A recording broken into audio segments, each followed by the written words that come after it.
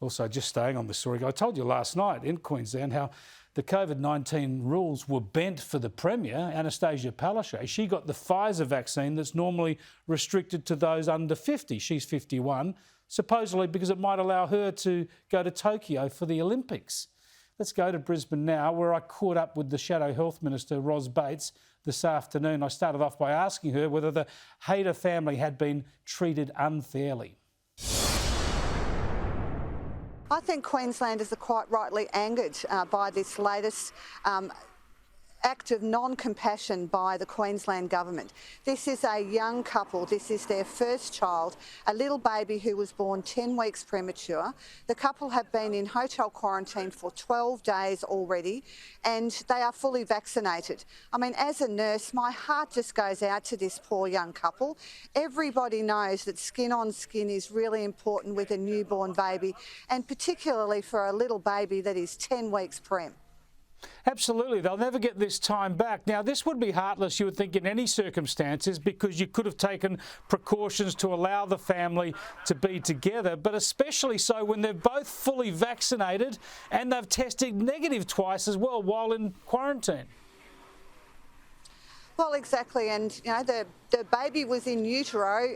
The parents have, obviously tested negative, so they are not a threat to their own child. And in fact, they should be with their child. It is heartless. I don't understand how the rules can't be bent in a situation like this. Yet just yesterday we found out that Anastasia Palaszczuk had bent the rules. She's got the Pfizer vaccine, which is supposed to be only for those under 50, so that she might be able to go to Tokyo for the Olympics. Well, Chris, we've seen this in the past with patients with cancer not being able to be cared for at home and had to be in hotel quarantine.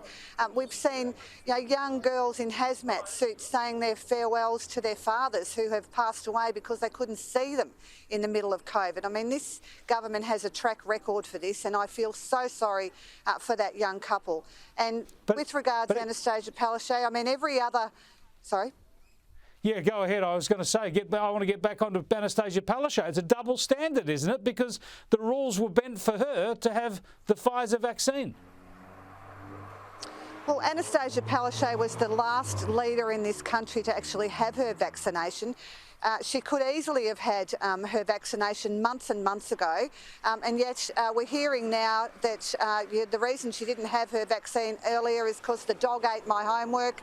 I had to have a tetanus injection. I had to have my flu vax before I could have my vaccination. I mean, we have been able to have vaccinations here in Queensland since March, and the Premier should have led the way back then and not used this as an excuse to go to Tokyo for the reason that she had Pfizer.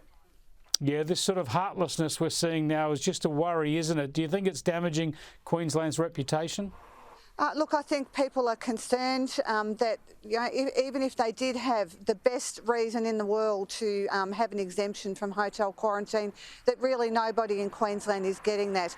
We know this couple were knocked back, their final appeal was knocked back yesterday, and to say that, it's okay, they'll be out of hotel quarantine by tomorrow or the next day, is never going to get back that time that they lost with their newborn baby. Yeah, spot on. Thanks for joining us, Ros. Great. Thanks, Chris. What a shocking situation. Just disproportionate actions to the risks here, isn't there?